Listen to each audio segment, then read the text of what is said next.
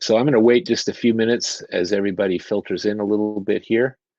And this is great, everybody. This is fantastic. So I can get started here slowly. This session is a little different, and it really comes out of a variety of things, but the name of it, AHA, Performance Thinking Insights, really comes from a history of having worked with this approach, performance thinking, for quite a few years now. And what we see is that, especially after people have been using the models and the logic of performance thinking for a while, they have insights, or they have new understandings about performance, or the elements of performance, or how we can improve and manage performance, that they tell me, and they say often, I won't forget that. That's like something I've learned now, and it's gonna stay with me. And so what I've done today is we've assembled a group of people. You can see their names: Barbara, Matt, Therese, and Cathy, and we'll get a chance to have them introduce themselves. But what we've got is four really seasoned, quite experienced people in their various roles and careers, who are not new to this, new to performance, or new to organizational behavior management, or performance improvement, or training, or any of those things. Very seasoned people. And what we're going to try to talk about is things that they've seen, even though they know a lot already from performance thinking, that have been important and valuable insights for them. So that's kind of where we're going with this.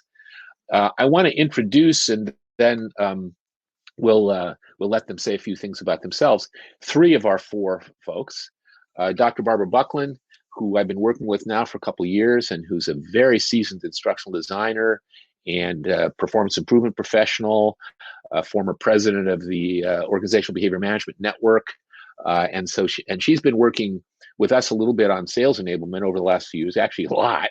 And again, a very seasoned professional, but has come to performance thinking, and I think can share some insights about that. Therese Longo from Radcom, who's, again, very experienced, has been managing instructional design folks for years, and training professionals, and she'll tell you a little bit more about herself. But again, somebody who has a lot of experience and a lot of insight, coming from a slightly different angle, who's been starting to use performance thinking, and we'll tell you about that. And then Matt Linder, who's quite an interesting combination from my perspective, a behavior analyst who is a very skilled clinical and educational applied behavior analyst, who helped build an applied behavior analysis company from small to rather large, and has been a senior executive, and now coaches senior leaders and folks in organizations. So these are very experienced people. And in addition, but for technical reasons, partly, Cathy is not with us at this moment, but we're going to invite her in to join us a little bit later. Technical limitations that we were not aware of. But Cathy is also a very experienced training professional, marketing and advertising writer, editor, again, knows quite a lot. And part of the prompt for this session actually was a piece that she wrote for us a while back after going through our practitioner program. And you can see it on our website there at performancethinking.com under the blogs. She wrote a document that we decided to post as a guest blog because, as it says, after 20 years, a whole new perspective on training. And so what Cathy's going to do for us is function as what they call a discussant at some conferences, which is that she's going to be listening to everything that we say here. And then at the end, we'll introduce Cathy and give her a chance to share her insights, but also sort of summarize what she heard in a way that I think will be sort of very telling.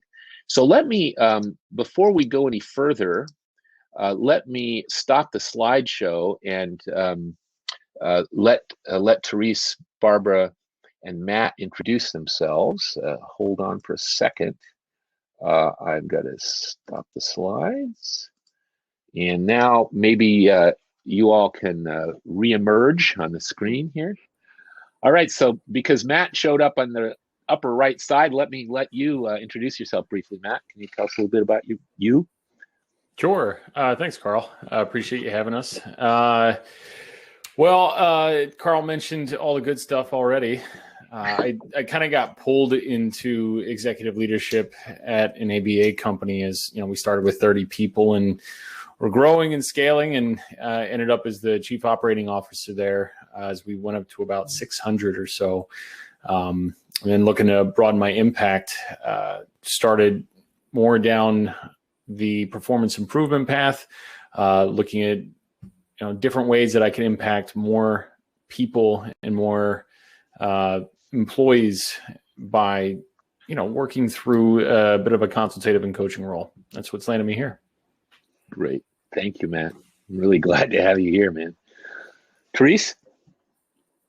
Thanks, Carl. I appreciate the invite to be part of this webinar. I'm currently the VP of Operations at RADCOM, as you mentioned before.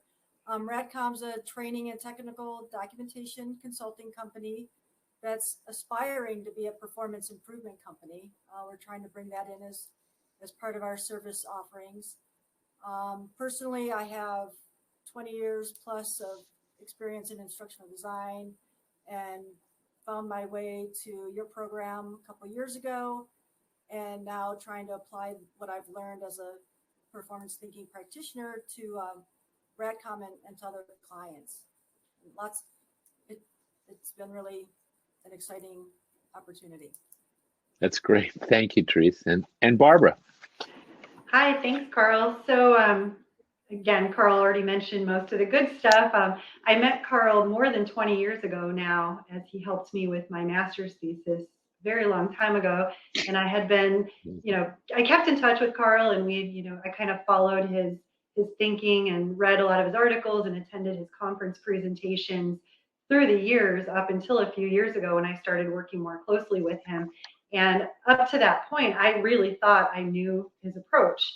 And I understood it, and with my background in organizational behavior management. But then when I took his workshop as a participant, now it's been about a handful of years ago, I realized I didn't really know it as well as I thought I did. I did have a learning curve. And now that I've been working with him and I've gone through that and I've been coaching other people, now I really do feel that I've fully consumed the Kool-Aid, and it does leak into everything I do, personal and professional. So I think this will be a really fun conversation to have about that today. Thank you. Thank you, everybody. So this is going to be fun. So what we're going to do, let me go back to the slides, because what we're going to do here, and Cathy will get a chance to introduce herself a little bit later. But what we're going to do, and there's her reference to her blog again, and we're not. I'm going to do a short overview of the elements of performance thinking, and I always do this because there's always some new people in these groups, and so we want to be sure you at least have the fundamentals. But if you want to know more, performancethinking.tv is our YouTube channel, and there's all of our past webinars are posted there, a lot more depth in various topics, and there's a bunch of other stuff. So we're going to do kind of the high level overview of elements of performance thinking that I think will be useful as prerequisites for the discussion I'm going to have with the panel. But if you want to know more, there's a lot more there. I also want to mention our next webinar is going to be next month. We do these things monthly, and we're going to talk about optimizing human performance and processes. Now, just as a little short bit about that, I spent a lot of years being intimidated by Six Sigma people and process improvement people because they have a lot of tools and are experts and specialists, and there hopefully maybe some folks who are attending this session who have that background. But what I learned in working with a few very sophisticated teams within large companies and with some Six Sigma folks in Korea is that we performance thinking folks have something to add. And so we can bring performance improvement in a way into process improvement, both the analysis and the redesign sometimes, and certainly the implementation of processes that add value. So that's what we're going to do next session.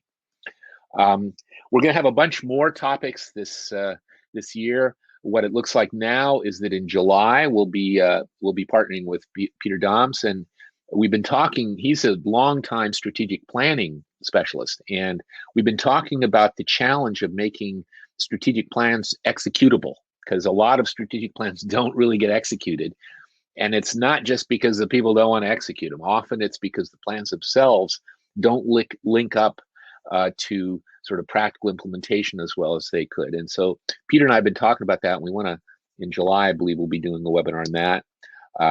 There's a bunch of other topics here that you can see, but some of the areas where we have some expertise that we want to share with folks. So I'm going to give you this overview, and I'm going to try to make it fairly short and sweet, just to touch on the elements and a little bit about the origins of it for those of you who don't know about this. And then we're going to have this panel discussion, and I'm going to try to host this by asking Barbara, Matt, and Therese some questions and prompt them to talk about things, that the insights that they've had. And then we'll have a few minutes for Q&A if you guys have questions or topics you want to raise in the chat box.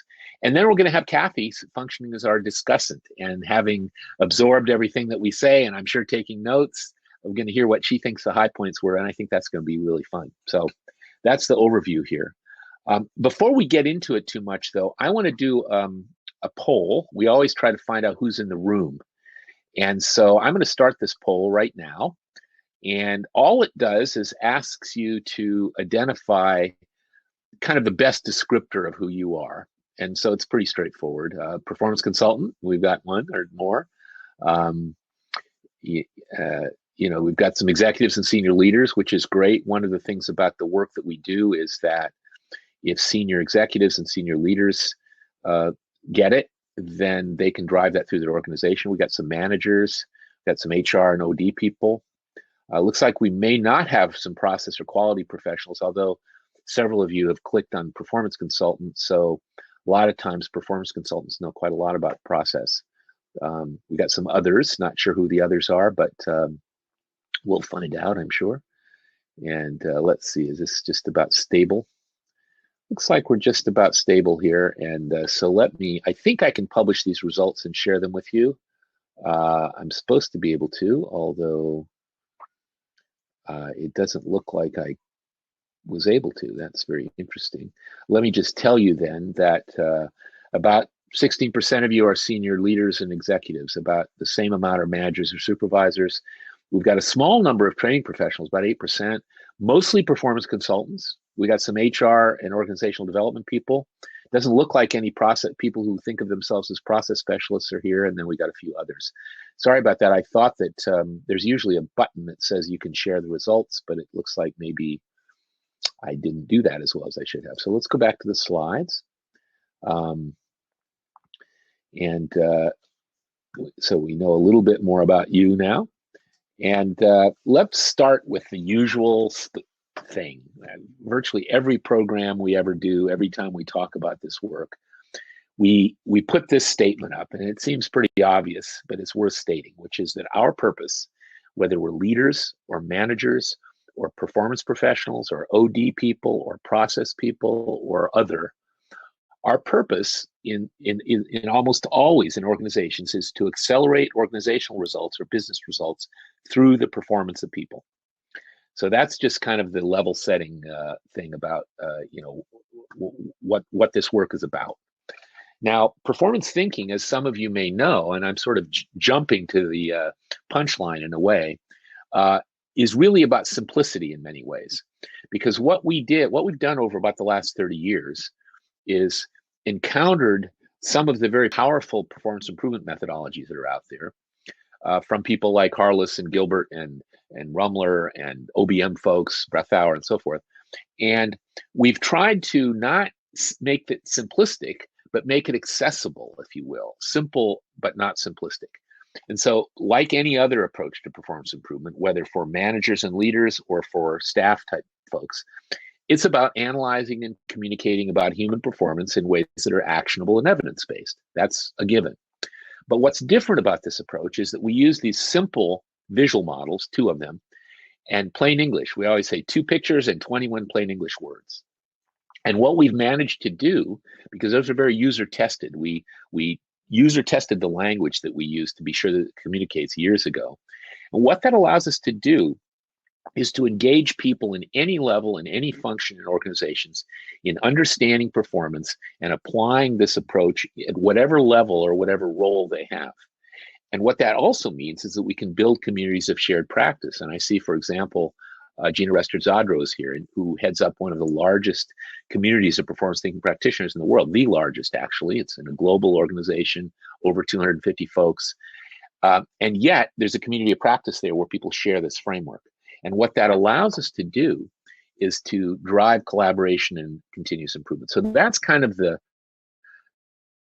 punchline. I want to unpack some of the details. And what we always say is when we're introducing this, and again, many of you have seen this already, but what we say is that any approach to improving performance, whether as a leader manager or as a staff person or a consultant, has to answer these three questions. We have to have a crisp, clear definition of what is human performance. And by that we mean definable elements, or what behavior scientists would call units of analysis, that we can analyze performance in a way that is helpful. We then want to have a framework for understanding what influences human performance. And many of you know that ours is the 6 boxes, but it's not just a big list. We have to have a systemic approach where we can be sure we haven't missed anything and where we're configuring all the things that affect performance. And then finally, if we got those 2 models, we got to figure out what we do with that, how we manage and improve it. So let me take you through the real quick versions of these. And I know some of you have seen this before, but the first one being, what is human performance? And of course, we took our cue from Tom Gilbert, who was a friend and mentor of mine, but also, far more importantly, was a thought leader in the field of performance improvement. And his famous book, Human Competence, 1978, which still is out there and is still being used. We just celebrated a couple years ago the anniversary of the publication of this book. He said in that book a very kind of iconoclastic thing. He said, in the great cult of behavior, and he wasn't referring to behaviorists, he was referring to leaders, managers, trainers, everybody that deals with human performance. But what he said is, in the great cult of behavior, behavior itself is viewed as an end rather than as a means to an end. And many of you are probably familiar with that without even thinking too much, in the sense that we recognize we set behavioral objectives. We talk about changing people's behavior when we're managing. We often do coaching that's about behavior. And so that's kind of this typical approach. But what Tom said is that we must enable people to produce accomplishments, the valuable products of behavior. So he shifted in a big way the focus from behavior to the valuable products of behavior, because that's what's valuable. And in our work, we call accomplishments work outputs. And we coined that term because the word accomplishments means an awful lot of things to people. And if you look up the word even in the dictionary, there's more meanings that have to do with behavior than with things. And so we coined the phrase work outputs to refer to the things that people produce. So this is our first model. This is how we define performance. And what we say is that the behavior influences are not part of performance. They're what affect performance. But the other 3 blobs on this graphic, we start with business results. We start with understanding what's at stake in a project, for a company, for an individual's performance. We look at business results. What is it that characterizes the success of the whole organization, of the whole company? We then, once we've defined that, we say, what are the work outputs? Because the work outputs are those valuable things that people contribute. And then we say, what's the behavior needed to produce them? And so when we say, answer the question, what's performance? We say it's behavior that produces work outputs that are valuable to the extent that they contribute to business results. Now that's pretty straightforward, but it gives us a very nice framework for analysis.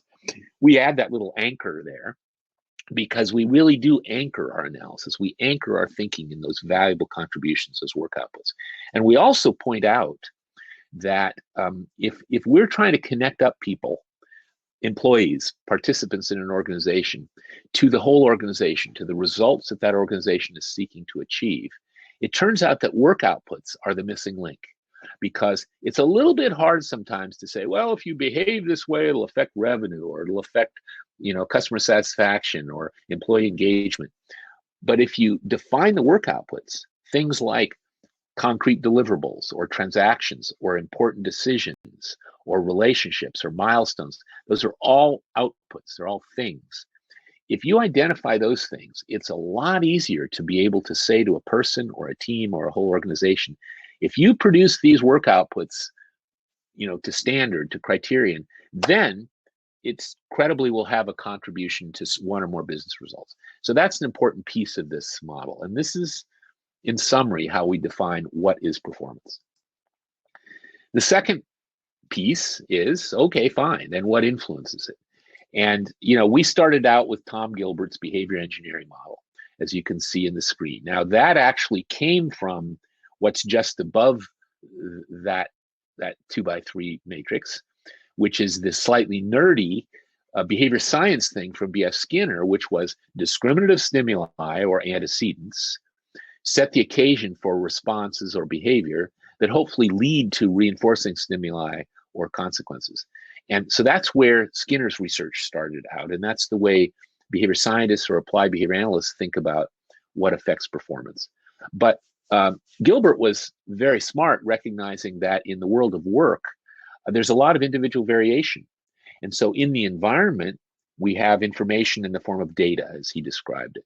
We also have instruments, to use his word, which are the things that enable people to perform as they do so, the tools, the resources, the processes, the human resources, the time, the facilities, and so forth. And then incentives is the word that he used for consequences.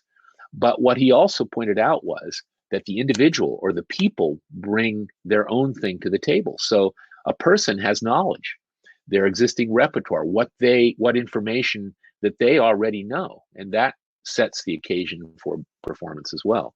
And then he used the word capacity, referring to the characteristics of an individual, the individual capacity that we would match to jobs or tasks when we hire and select and assign people.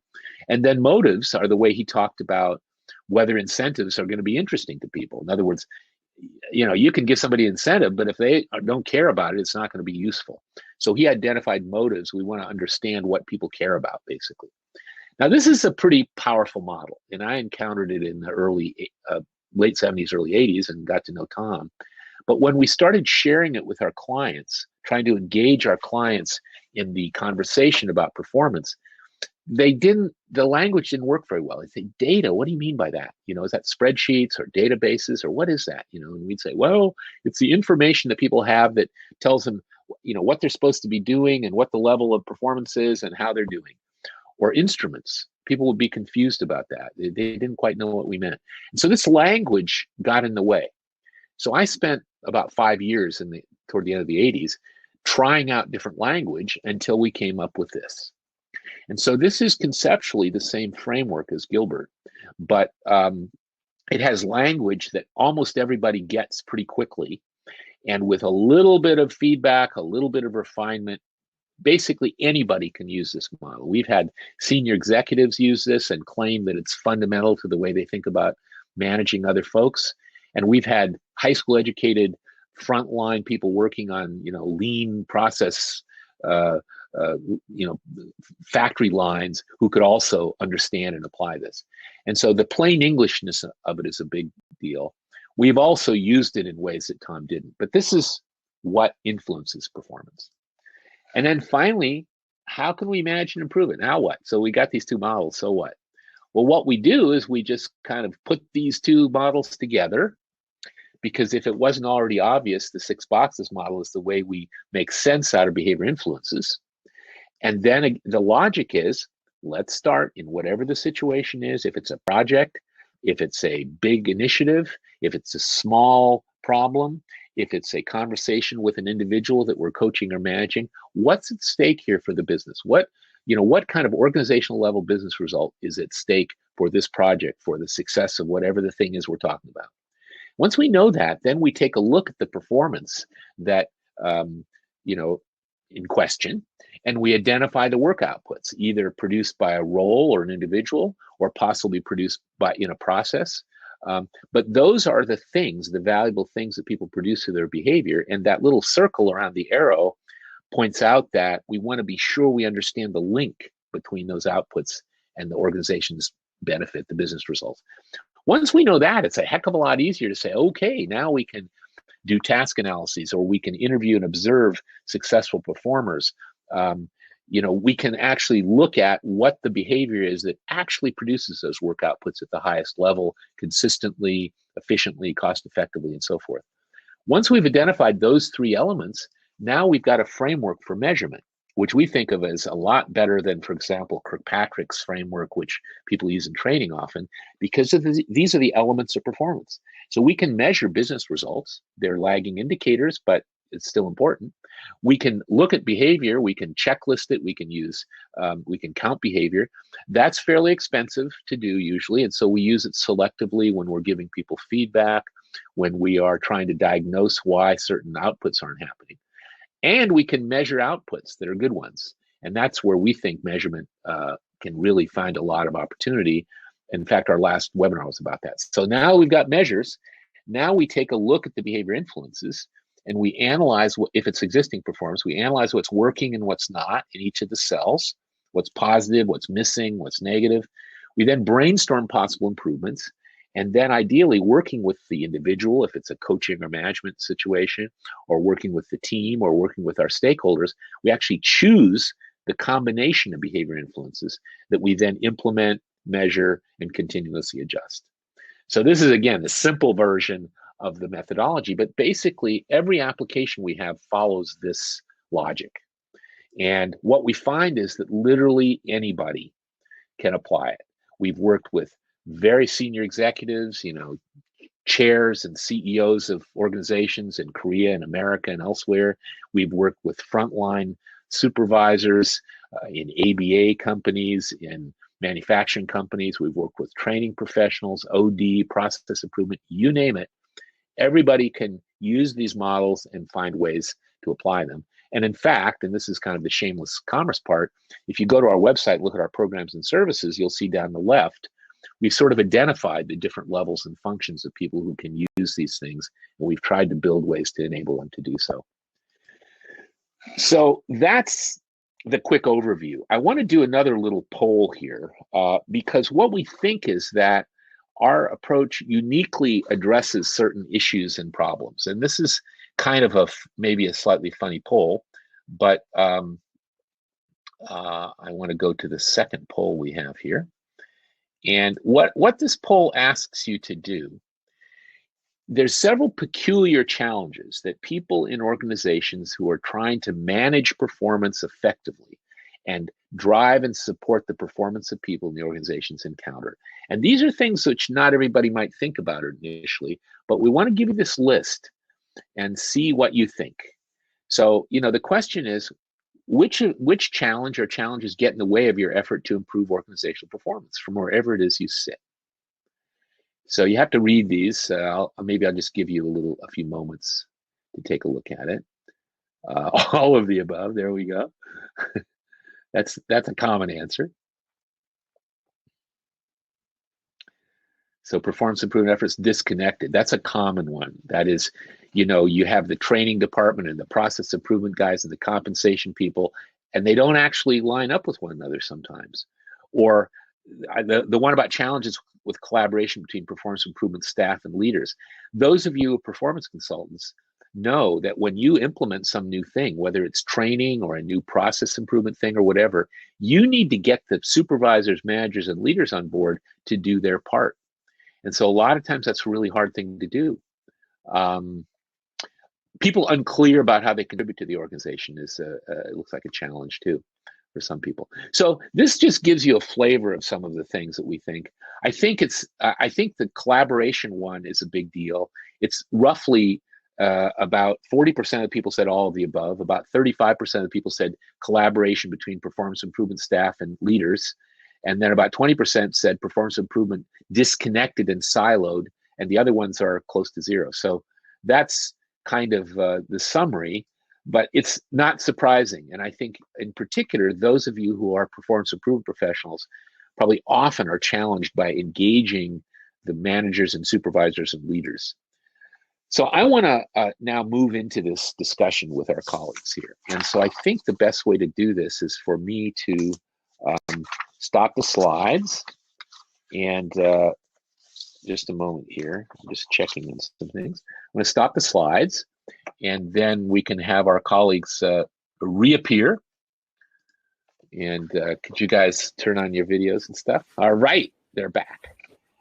So I'm going to try to approach this kind of like a panel discussion with some questions. And as I said in the beginning, what we've experienced over the years is that elements of what I just showed you produce insights in people or learnings that affect how they approach their jobs, whether they're leaders, managers, or performance professionals of some kind. And a lot of people have said, this has changed how I think more or less forever. And sometimes, I'm not expecting you guys to do this, but sometimes I've had sessions where we talked about work outputs or the 6 boxes, and people have it's almost been like being in church or something. They said, oh my God, this changes everything. Now, I'm not expecting that to happen here, but that is the force of it for some people.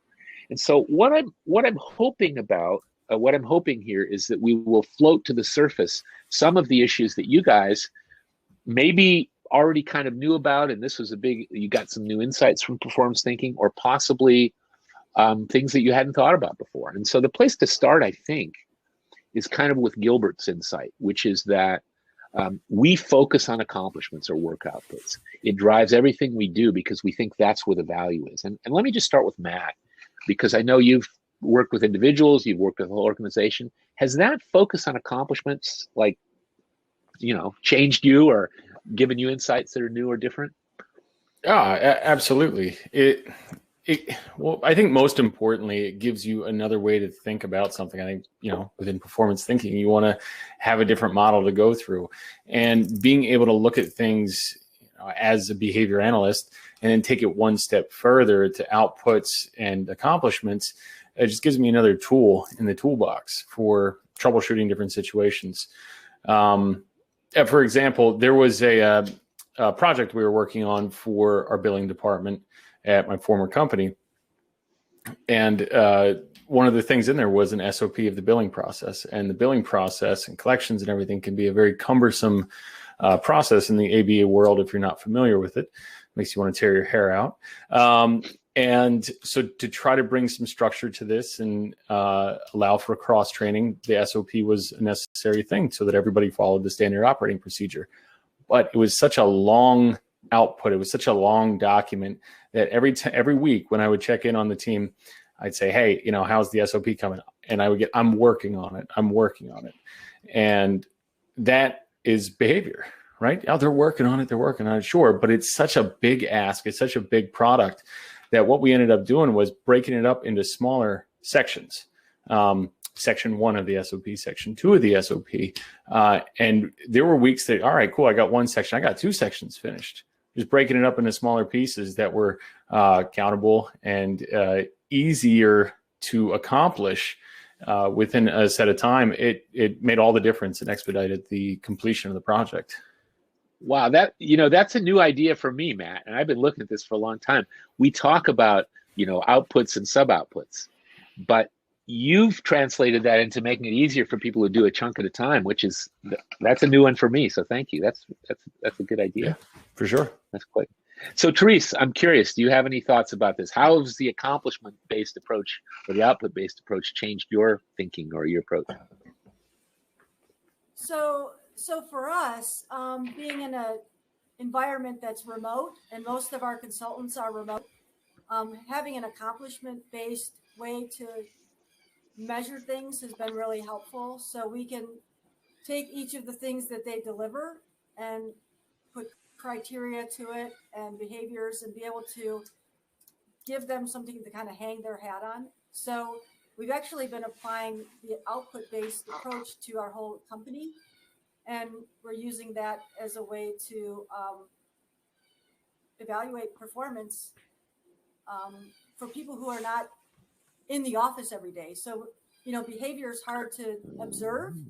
So since we can't observe what people are doing, having the accomplishments spelled out for us gives us something to, like you said, anchor the performance to, and have something that's substantial and able to evaluate more easily. You said something that I didn't mention in the overview that's worth highlighting. You talked about criteria. And for those in the group, in the participant or attendees who don't know about that, when we talk about outputs, whether it's a document like a proposal or a plan or something like a decision or even a relationship, those things, we also then say, what are the characteristics that make this a good one? Because you can have proposals, but they might be lousy ones, or you can have relationships, but they might not be working for you. And so we make a big deal of saying, what's a good one? What are the characteristics of the thing? We call them criteria. And what I was struck as I listened to you is I've thought for a while, we responded to a Harvard Business Review article a couple of years ago in a blog, that you can give feedback about outputs. You can say, oh, well, this is a great proposal, except this section needs some more white space, or you need whatever it is. You can define that. And then, of course, you can help people with the behavior for producing it. But especially what you just said, again, a new insight for me, is in the remote world where we can't really watch people doing stuff for the most part, but we can figure out, we can set clear expectations by saying what the output ought to be and what the criteria for that ought to be. And then if people aren't producing to criterion, then we can help diagnose what it is that they should be doing differently. But the criterion thing is a big deal because it sets expectations for everybody about what it means to be successful at doing whatever it is we're asking somebody to do. So how have you used criteria in that context? I mean, you mentioned that. So is there anything more to say about it? Oops, I think your volume is off. We just lost it. Oh, there I am. Okay. I thought it was off and I turned it off. So what we did when we analyzed the performance of the instructional designer, what we did is we came up with, right, what the outputs were, the criteria, the behaviors, and we created an ID guidebook. And then we coupled that with our processes and rolled that out to all the IDs so they had clear expectations and easy ways for project managers to give feedback to consultants, and then ways for us to evaluate their performance. And the hope is that we can even carry this further into job descriptions and pay rates based on performance, not just you did the job, right? But can we connect that to the actual performance you did instead of just some arbitrary number? So we're kind of trying to use all the 6 boxes in order to kind of have a solution that's very holistic. Well, another thing about what you just said that's worth highlighting or expanding on a little bit is the fact that criteria, when we talk about criteria, we don't want to just say timely, because timely might mean next week for you and it might be 20 minutes for somebody else. So we try to get really clear so everybody in the conversation is clear what a good one is. We don't have to argue about it. And so what you just described with respect to things like job descriptions or the guide that you described, as long as you've got criteria that everybody agrees on, you should be able to look at the thing and say, oh, well, you're right, that section needs more X or whatever it is. So that's, very nice. Okay, thank you. So Barbara, how about you? You're an organizational behavior management expert, former president of the OBM network, very well schooled in all of this, super instructional designer. So how did accomplishments, or has the accomplishments thing changed your perspective? Well, I think similar to what all of you have been saying is that it really does add clarity. So prior to looking at accomplishments, or if you only look at behavior, there really isn't that line of sight that we talk about between the behavior and the business results. And I found that without looking at that, a lot of people are focusing on changing and improving behavior that really doesn't matter. And the criteria that we're talking about falls into that too. So, once you identify the work outputs, what makes a good one, and then what behaviors produce that. So I feel like a lot of people that I've worked with in instructional design and OBM, really great seasoned professionals who don't have this perspective through no fault of their own, they often don't clearly define what a business result even is. I've heard people refer to business results as work outputs, or they talk about business results that are kind of, as we would say, further down into the organization. So I feel like this whole approach also has given me complete clarity on, how a work output is defined, what that is, countable noun, a thing that the behavior produces, and then what the business result is and why it's important, or something that's important to the organization. So I think that's something that was missing for me, and I think is missing for a lot of people in the field. Let me ask all of you kind of an instructional design training thing, which is that I've tried to follow in Joe Harless's kind of path where he talked about accomplishment-based curriculum development. And he pointed out, and we try to encourage people, is if you set behavioral objectives or competency or skill and knowledge objectives for training, you can evaluate them and, okay, we can do that. But if you say instead that the objectives for training are that at the end of this training, somebody will be able to produce whatever it is, a better working relationship, a budget that fits our spec around here, a proposal, a thing. If you set your objectives as outputs, then those outputs very often are what you actually have to produce on the job, or they're sub-outputs of that. And you can line it up with the performance that's actually expected in the work environment in a way that's a little bit different than when it's behavior. And so I'm wondering, for any of you in those terms, when you've trained people or maybe even coached people, has that given you leverage, I guess, using outputs in that way? I can go first. Absolutely. That was a big aha for me as well, is instead of just writing the behavioral objectives, to also write performance objectives and anchor them in work outputs. And in that case too, it's easier to measure. I think a little bit later we might talk about measurement, but it's so much easier to measure whether or not the learner, if you will, has met, or the performer has met the objective, if it is a work output rather than a behavior. And then also, again, it's much easier to measure it on the job as well. So both in the training environment as well as the job environment. And in this also, I'm wondering if this is true for you. If you're really clear about the criteria that Therese made reference to, then the learner herself or himself ought to be able to look at the thing and say, yep, this meets the criteria as much as I understand it. And they may need to have that refined, but they can actually provide more feedback on their own, I think, compared to having a behavior focus. So I wonder, well, maybe Therese first and then Matt, so we don't have everybody rushing together. But Therese, what do you think? Have you done the learning objectives as outputs thing yet, or to much extent? So we haven't been able to do that with clients yet, primarily because I'm the only one trained in this methodology, although we're about to get more people trained at RADCOM. So, but how I have used it is how I've onboarded people. And so I've taken job descriptions and I've just listed all the work outputs and defined the criteria. And then I use that as a checklist. And I've been able to onboard people pretty quickly that way. In our way of doing things. Well, and you can probably also figure out, if you do that and you think about onboarding, like what do people need to be able to produce in the first week or 2 weeks, and then what can we wait for a while and all that, and it makes it really concrete, seems to me. So Matt, what do you think? Does this prompt any thinking for you? Yeah, absolutely. It's something that, again, for years was so behavior focused, but I relate it a lot to leaders I've trained over the years to be able to lead, and especially in feedback provision and really managing a meeting.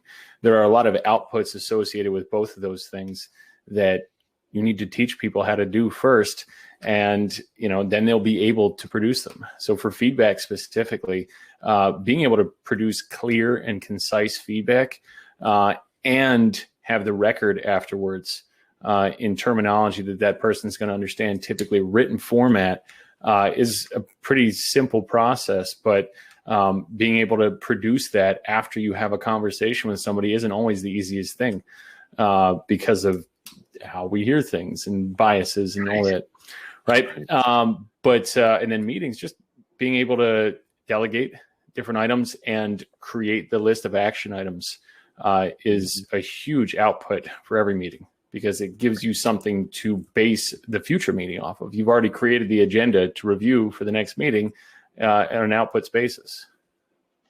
Yeah, and as you know, I mean, your former colleague from your previous company, who was the CEO of the company, I at some point was introducing this whole accomplishment-based thing to somebody who's well-schooled in behavior analysis and organizational behavior management and all that. And he said to me, I think I kind of get this accomplishments or outputs thing, but can you say a little bit more about it? And I just said, have you ever been in a meeting where it didn't produce anything of value? And it was like one of these, oh my God, of course I have. Everybody's been there. And you get to the end of the meeting and say, well, did we come to any decisions or agreed upon action steps or a plan, or, well, no, I guess we're going to meet again tomorrow, huh? And so to me, that example you have is really kind of a crystalline example of where the shift from let's just talk a whole lot to let's produce these outputs is quite a big deal. So accomplishments. And Barbara's already talked a little bit about the connection, and maybe actually each of you has, I can't remember, but between work outputs and organizational level business results. And our hypothesis, at least, has always been that if I know what a good decision or proposal or report or relationship or transaction output, in other words, is, that usually I can say, oh, if this is a good one, if I produce this or if these people produce this, it'll help contribute to something, operational efficiency, revenue, profit, regulatory compliance, blah, blah, blah. And so our hypothesis has always been that you can engage employees more deeply if they understand how this thing that they do every day actually contributes to the whole organization. And that's not the only thought here, but I'm wondering if that connection between work outputs and business results brings up any more thoughts in you to comment on.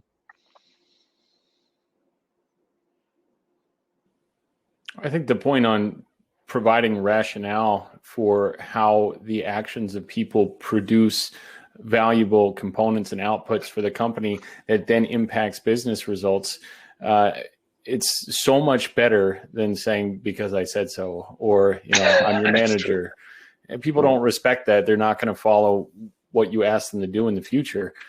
And it actually gives them some insight as to how then they can move into management roles or to different opportunities for growth. A lot of people, not everyone, is looking to expand their skill set and to grow within a company. And by providing them those insights as to how they relate to business results, you're educating at the same time as you're motivating. Yeah, that's a good point. One of the things that I think is interesting about your work is you coach executives, and I've done a little bit of that work. And one of the things I've found is that a lot of senior leaders are moving so quickly in meetings and conversations where there's an awful lot of important outputs like approvals, decisions, recommendations, goals, and sometimes they're just spoken. And if you go through the exercise with a senior leader to list out those things, and you say, look, these are your contributions, man. It isn't, I find sometimes that's stunning to people. They say, oh my gosh, this is my whole job. And some of these things that might not have even quite made it onto a job description are among my highest value things. So even for a senior leader, showing how what they produce is valuable seems important. That's massive. It gives them, and I've seen this in these conversations, where it gives them a better sense of accomplishment. I know that's hard to measure, but they feel like they do more once they put it in the form of outputs, where they're like, what did I do all week? And then you break down like an individual performance map with their customers, and you go through that and you say, these are all the things you produce for these different people. And they're like, wow, I do a lot. Yeah, that's right. And I think especially as you sort of go up the food chain, so many of the things you do are just kind of spoken often. I mean, they may be, if you do it well, like you were describing earlier, people write this stuff down. But sometimes these decisions and recommendations and approvals are spoken. And so they don't seem like they're permanent products. So floating those to the surface makes a difference. Okay, well, I'm noticing the time. And just by the way, for everybody who's attending, because we've got a bunch of people here, we usually try to keep it within an hour. I think we're probably going to go to about an hour and 15 minutes. It's being recorded, so you can see the rest of it if you have to drop off in the hour. But I just wanted to mention that. So let's shift to behavior, because again, what we claim and the logic that I laid out earlier is that once you know what the output is and what a good one is, it's a lot easier to figure out what behavior actually is important. And so what I wonder, and also it's sometimes possible to identify those small bits of behavior that Tom Gilbert called exemplary behavior. That is, the small things that people do that make a big difference. So I'm wondering if any of you has any kind of thoughts about that, about the behavior and the exemplary behavior part. Yeah, I can go on that one with some of the sales enablement work that you and I have worked on together, Carl. So what I've noticed is in a sales role and in some other jobs too, such as customer service and things like that, although the outputs that performers, our salespeople, customer service reps are trying to get to are the same, really. A good relationship with a new client or information about the customer, things like that are the same, but how they get to them can be very, very different.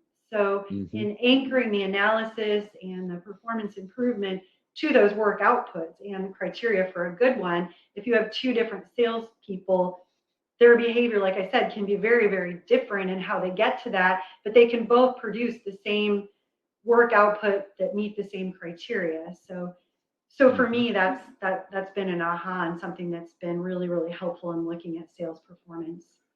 Yeah, my former partner always used to say that that work outputs liberate behavior, by which she meant that, you know, as long as you produce it. Now, but there's another part to that, which is the notion that you can produce this output in two different ways, and this way may be more efficient or more cost effective or whatever.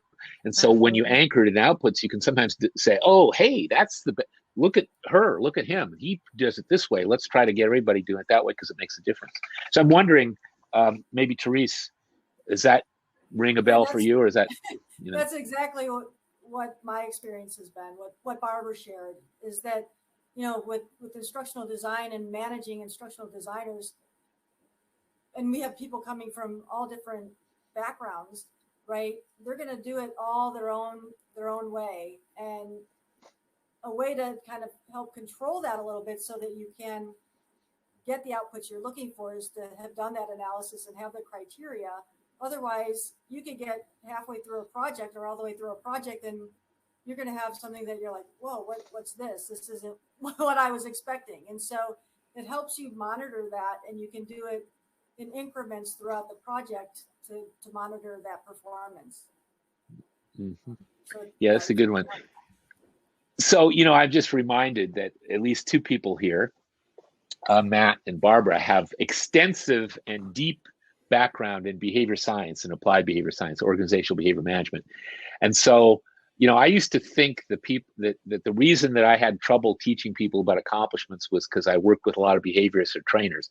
I don't think that's true anymore. I think that humans watch each other's behavior and their own behavior. They may not be precise about it, but we're not always so good about the outputs thing, which is what you have to learn. But I'm wondering, given your backgrounds, the two of you in behavior science and the focus on behavior and behavior analysis and all that, did this like sort of give you a paradigm shift, or how does what you know now about outputs and accomplishments affect how you think about your expertise really in organizational behavior management?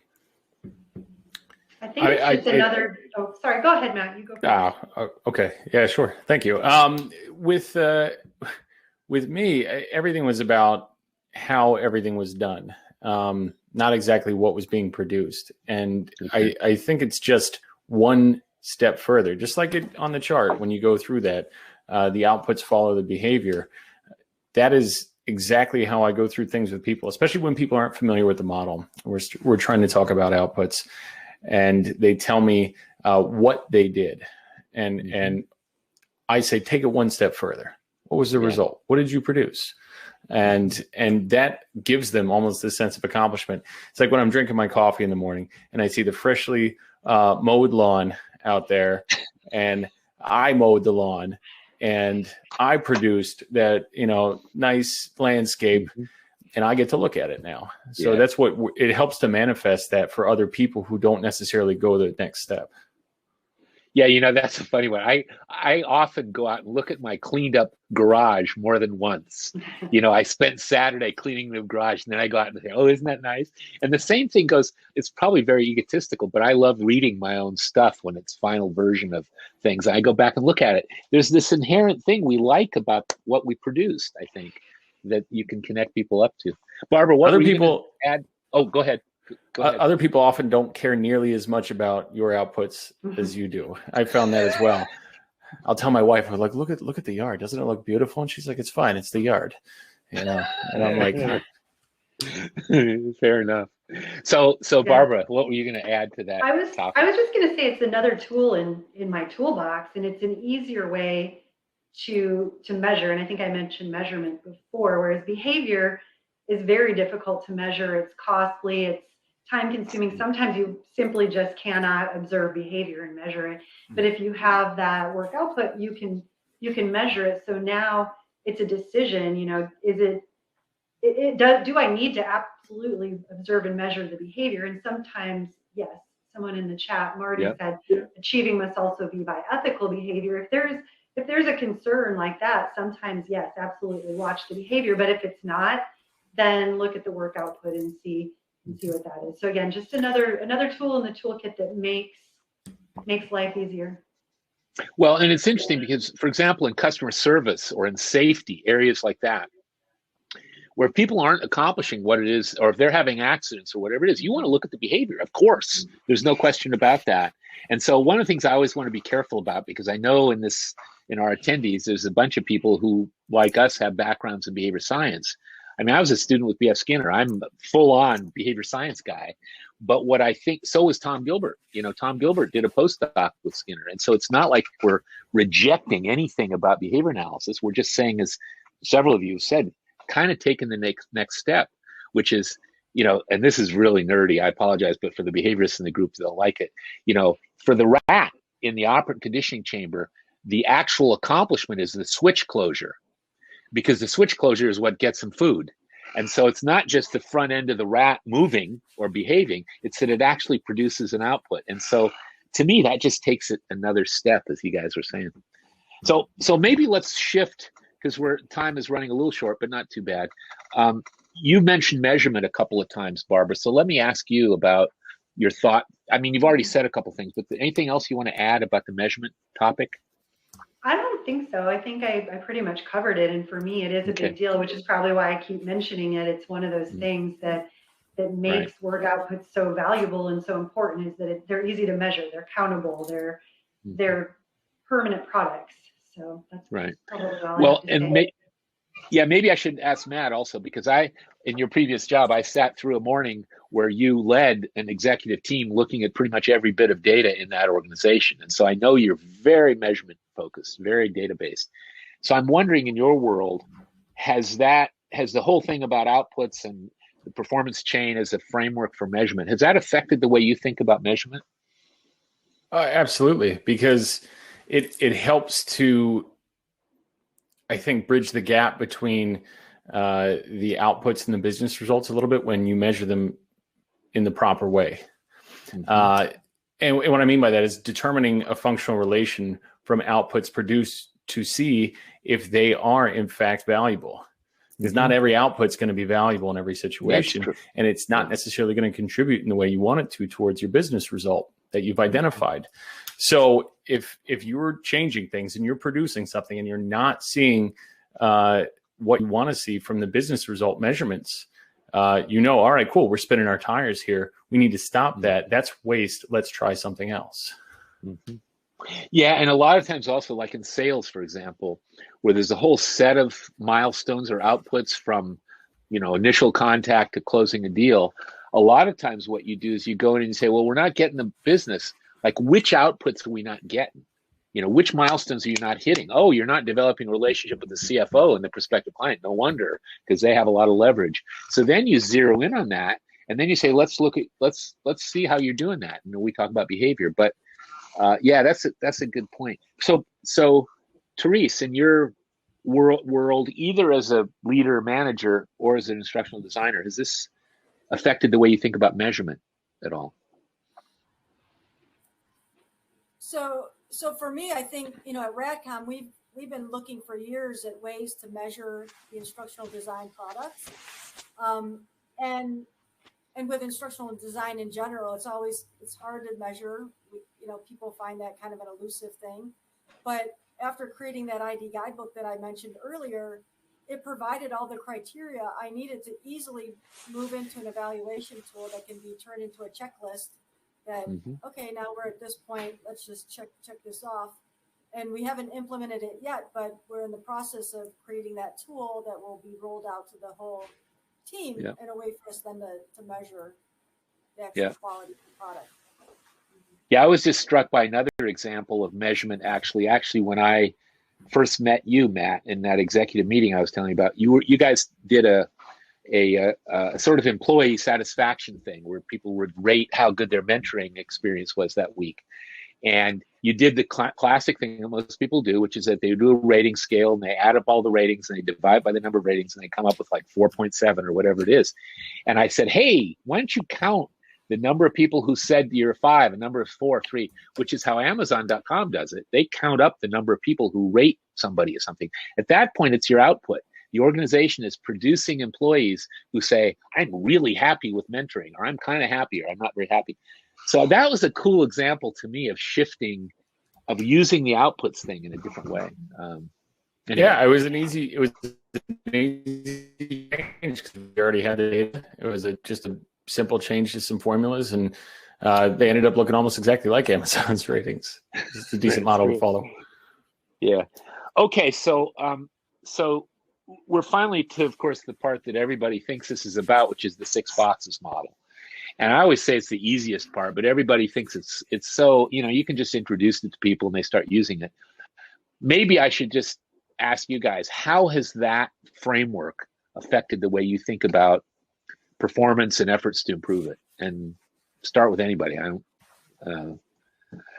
Therese, let's start with you. I'll start. Yep, I'll start. So when I started getting into performance in general, I was kind of a disillusioned instructional designer. I felt like I'm cranking out all these courses and I don't know if they're effective, and the client, I'm thinking the client doesn't know what they really want, and so that's what sort of started me on that whole path. And I started reading different books and met up with some people local that are doing performance consulting, and so it was the 6 boxes that really was the big aha for me, I think, in terms of all these other things that could be influencing the performance. Right. And I think as a leader, then the thing that was my big aha around that was that we always put all the responsibility on the learner or on the employee in terms of performance, when we have a huge responsibility from our end to make sure that we set expectations, that we provide good feedback, that we have given them the resources and we put them in the right job, right? There's all these things about that as a leader, I'm thinking, well, man, I have to take some responsibility myself for their performance, not just you're not performing well. So that was a big shift in my thinking too, that taking on more of that responsibility and making sure I provide that system and that support for them to succeed. Yeah, and that also, if you put your instructional design and training hat on as a consultant, that biggest item in the challenges poll that we did, which is getting collaboration between leaders and managers and staff professionals. I think almost anybody who's been involved in training or rolling out a training program has said, but wait a minute, we need the managers to set different expectations, and we need people to say, hey, that's great how you applied this training you just did last week, and we want to be sure that the tools are working and all that. And so often that's hard to accomplish. And what I've noticed is that the simplicity of the 6 boxes model, if you have a conversation with leaders about how it all fits together, a lot of times the kind of lights go on and they say, oh, you're right, maybe we should work on that. Or at least over time, you can engage them in that. I wonder, Matt, in your case, as a former senior executive, as you talk to them, if the 6 boxes model expands your perspective or did about things. It definitely did. And I've taken the kind of burden of education is on the teacher, not the learner approach for a while now. And I felt like the 6 boxes model helped me like clearly delineate between the performer and the leader in that circumstance with 1, 2, 3 versus 4, 5, 6. And it also gave me a good framework for questions when somebody was not performing at the expected level. I was able to go through and say, all right, cool. Have I set clear expectations?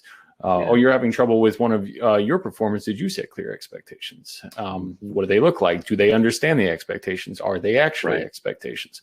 And from there, I was able to flush out really can't versus won't. You have everything you need to be successful, but you're just not using it. And now it's a motivation issue, and we have to look at it from a different perspective than it is of you not having what you need to do your job. Right. Yeah, as you know, our coaching program is built around that kind of conversation. It's like, let's have a conversation about how this is working for you and come up with some action steps, often that are the top row, that you're in the model. So Barbara, as somebody, again, who's devoted a good deal of your career to instructional work and all of that, I'm wondering how the 6 boxes has maybe expanded or changed your view of things. I think similarly to what all of you have said, it's just, I think from my perspective, when I'm working with clients, it gives me a tool to share with the clients if, as most do, they think if there's a performance problem, training must be the solution, and they don't really know anything beyond training. That's what they're used to. They have a training department that they turn to when there's a performance problem. So I think in showing them, here are all these other factors that can impact and influence performance, and training by itself, maybe it's part of the piece, part of the puzzle, but by itself, it's not going to be the full solution. And just having that conversation and showing them, I've drawn the 6 boxes so many times, either on a whiteboard or even on a napkin, and they do all get it and understand it. And then it gives them leverage, even if they don't have responsibility over some of the things that need to be changed in the other boxes. It gives them a conversation starter to go to other parts of their organization and say, in order for this to work, we're also going to need to take a look at, how managers are interacting with their people, the tools and resources that people are given. Their equipment's not working, so training's not going to help make a difference, or their compensation isn't aligned with what we want them to be doing. All those things. So it gives them, it gives the senior leaders or my clients something to try to change performance with. So you can open up that conversation. I mean, one of the classic things, again, it relates to that issue that was rated the biggest one in that challenges poll, which is how do we engage leaders and managers in this process? And, it's kind of interesting. You can start with the return on investment story. You can say, look, we're putting a lot of money and time and taking your people off the job or whatever to do this training. So maybe training is part of the story, but you're not going to get the return on investment you need if you don't also do expectations and feedback a little differently, tools and resources, blah, blah, blah. So that's a starting place. But as we've got a white paper on our website called Get Out of the Training Box. And when we wrote that and I started looking at it originally, I realized that as performance professionals, we can learn a whole methodology for improving performance that involves other things beside training, but we got to engage our stakeholders. And that's the tough part. And what I've observed is that in the successful organizations that have adopted performance thinking, that it might take some time. You might have your people saying, sorry, just do the training. Thank you very much. We'll handle the other stuff. But I have stories actually from colleagues where they say, they did a project, they did an analysis, some stuff needed to be done by managers and leaders. The managers and leaders said, no, just do the training, we'll handle the rest. And then months later, those people would come back and say, you might have had something there. Can we have a conversation about how all this fits together? So the whole thing of moving beyond just skills and knowledge is a big deal, I think. So let's see. So we're, I think, coming up to pretty much the end, and I want to give Cathy a few minutes. Maybe we should see what other folks, are there any questions? Maybe we should just open this up in the chat box. Any questions or things you'd like to ask any of our panelists? You can just chat those in there if you'd like. If not, then we'll probably go on to Cathy. But I just want to see if anybody, you guys still with us? And do you have any questions or comments to make?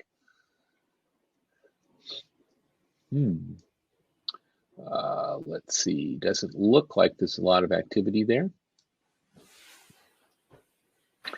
So, okay. What I'm guessing is I'm just looking at everybody in this group, and there's a bunch of old friends and colleagues here, and some of them quite experienced in performance thinking. So I'm hoping that some of these things resonated for you all. Well, maybe what we should do then, given the timing, is I should thank the three of you. And since we can only bring Cathy in if we get off the stage, let me thank Therese, Matt, and Barbara. And I think I'm going to use my eject button with you guys. And thank you very much. And then we're going to ask Cathy to come in and make a couple comments. So really appreciate your contributions in this. Thank you. So we had some minor technical issues here that prevented us from easily bringing Cathy into the session. So what I've asked her to do now in this little separate thing, which we will splice into the webinar recording, is to make some comments. So Cathy, you've listened to everybody. You've had your own insights that you summarized in the blog post that's on our website that I really appreciate. But let me see, give us your sort of high points that you think listening to the presentation and maybe combining with your insights would be worth sharing with the group as kind of a summary of things. And let me, I'm gonna check out of the video right now and ask you to join us on video. Hi, Carl. Thank you. No problem. I'm Cathy Kennedy Godlewski. I have been an instructional designer and I was in marketing before that for a very long time. I'm pretty new to performance thinking. I met Carl last August, went through the practitioner program, and I had a lot of insights which I listed on the blog. What I gleaned from today, I did pick up some new tips from all of the participants, but I wanted to circle back a little bit because I know that in the beginning 40% of us said, all of the above for the issues we were experiencing, but there are also a lot of people who really highlighted the collaboration. And one of the great benefits that I took from the 6 boxes was how objective it makes the framework for discussions with employees, with trainees, things like that, at all levels of leadership, management, and staff. We start with the expectations, the clear expectations, and then you get agreement on the outputs and the criteria. So there are a lot of levels of discussion that happen around training. When I first started this, I was really living in box 2 with the tools and resources, but to have training succeed, you really need the support of all of the 6 boxes. So it's been interesting to try to bring some of these theories to clients. And I've done things like try to tailor learning objectives to reflect work outputs versus a type of behavior that, as Barbara was saying, is very hard to measure. So it's much easier to measure with when you use the performance thinking method, when you are tracking output versus a certain type of behavior, because then again, evaluating that is very subjective. So that was really the main point that I wanted to make, is that what I like about performance thinking in general and 6 boxes specifically is that it gives you that objective framework for discussions at all the levels in your organization. It also contributes to employee engagement. That was another topic that came up that that a lot of people are concerned about, especially with the virtual environment that we have now that we're hopefully going to be coming out of. But it will definitely help with that as well. Just a couple things before we finish, which is that our Summer Institute, which we've run for 10 years and then had to not run last year because of COVID, is again going to happen in September. And we've had a couple of missteps as far as the dates are concerned. We put it off to September because we were concerned people would not be able to travel in June, which is when we usually have it. So we're actually now scheduling it September 19th to 23rd. We don't yet have the registration up, but it will be there pretty soon. And you can go to our homepage at 6boxes.com or performancethinking.com to register eventually. But right now you can go to performancethinking.tv, which is our YouTube channel, to see what some other people have thought about the Summer Institute. And so here's just a screen of some more information. And I just want to thank everybody for their participation. And I want to thank Cathy for her blog and for your best effort. This was something that I clearly didn't line up very well, but thanks everybody. I hope what we've gotten from this was some insights to show that, as Cathy said in her blog, You know, you can be a very experienced performance professional person, or training person, but still learn a good deal from performance thinking. So thanks, everybody. I think we're going to finish now.